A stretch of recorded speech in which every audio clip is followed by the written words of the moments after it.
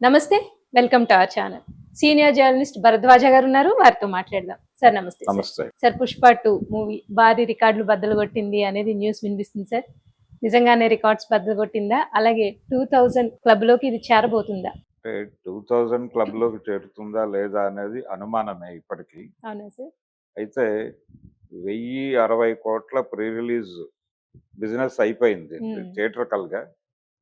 ఇప్పుడు కనీసం వాళ్ళు 15-1600 కోట్లు వసూలు చేయగలిగితే వాళ్ళు సేఫ్ జోన్‌లోకి వెళ్ళినట్టు అవుతుంది బయ్యర్స్. వీళ్ళు రేట్లు పెంచారు, ప్రీమియర్స్ వేశారు, రకరకాల ప్రయత్నాలు చేశారు. ఈ ప్రయత్నాలన్నీ సఫలీకృతం అవటం వలన అంటే పుష్ప మానియా క్రియేట్ చేయటం వెనకాల చాలా కసరత్తు జరిగింది. ఈ కసరత్తు కోసం చాలా డబ్బులు ఖర్చు పెట్టారు వాళ్ళు. ఇవన్నీ ఫలించి ఇవన్నీ వర్కౌట్ అయ్యి ఫైనల్గా ఒక అఫీషియల్గా వాళ్ళు చెప్తున్నది 300 crore మేము ఫస్ట్ డే కలెక్షన్స్ రీచ్ అయ్యామని చెప్తున్నారు. ఈ 300 అనేది చాలా పెద్ద ఫిగర్, ఇప్పటిదాకా ఎవరు చూడలేదు. అలాగే ఓవర్సీస్ మార్కెట్ బాగుంది సినిమాకి. ఓవర్సీస్ కలెక్షన్స్ చాలా హై రేంజ్ లో వచ్చినాయి. ఇప్పటి వరకు రిలీజ్ అయినటువంటి అన్ని సినిమాల కంటే కూడా ఈ సినిమా పైమెట్టులోనే ఉంది మొదటి రోజు వసూళ్ల మేరకు. అయితే ఇతర హీరోల అభిమానుల నుంచి మీరు రేట్లు పెంచారు, షోస్ ఎక్కువ వేశారు, ప్రీమియర్స్ ఎక్కువ వేశారు అంటే 9:30 నుంచే మొదలైపోయినాయి షోస్. మొదలైపోయినాయి, కొన్ని చోట్ల ఇంకా ముందే మొదలు పెట్టారు.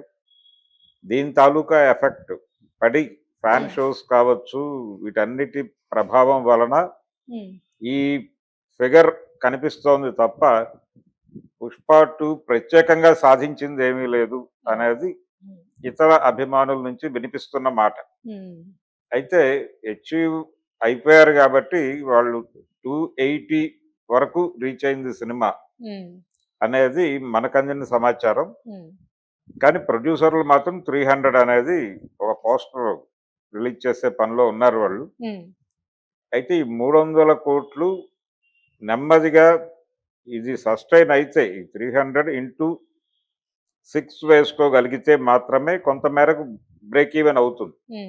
అంటే 6 రోజులు ఇదే కలెక్షన్ కొనసాగితే ఆ కొనసాగే పరిస్థితి అయితే కనిపించడం లేదు. అంటే ఈ రోజే చాలా చోట్ల గ్యాప్స్ వచ్చేసింది.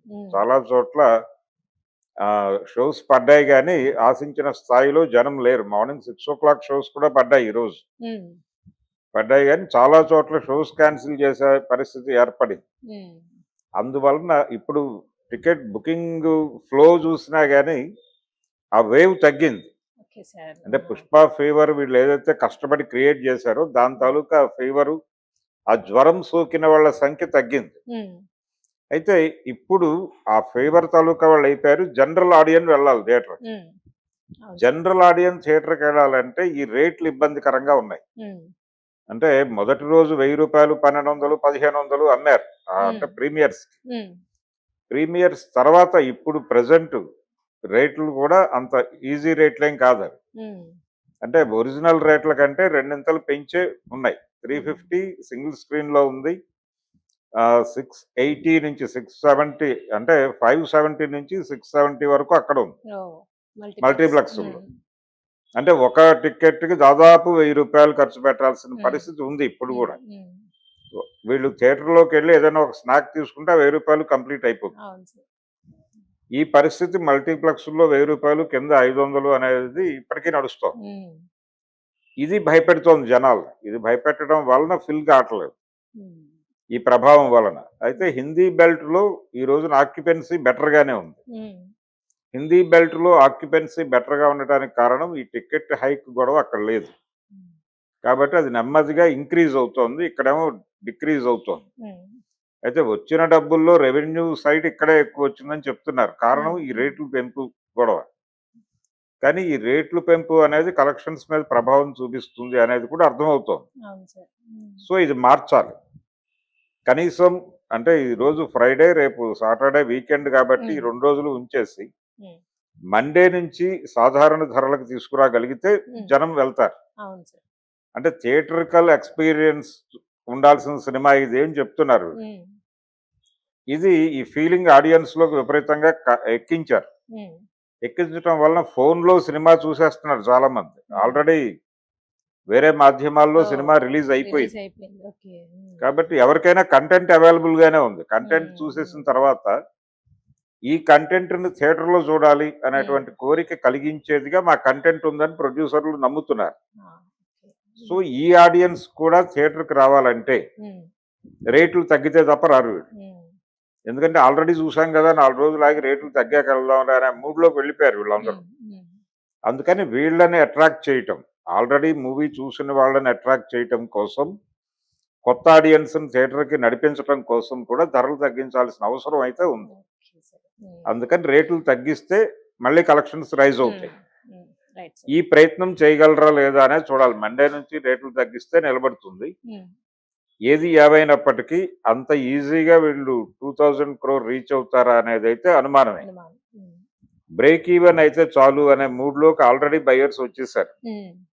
అంటే 1060 అనేది వీళ్ళ ఫిగరు.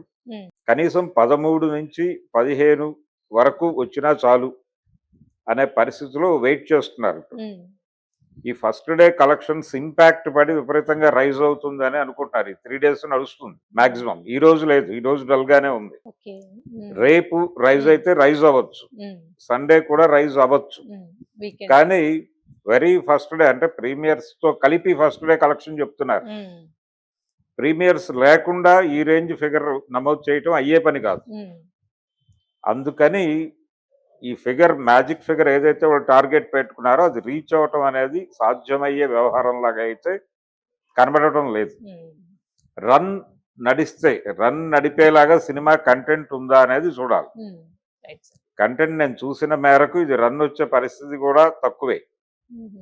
అందుకని 2000 crore క్లబ్కి సినిమా చేరటం అనేది అనుమానాస్పదంగానే ఉంది.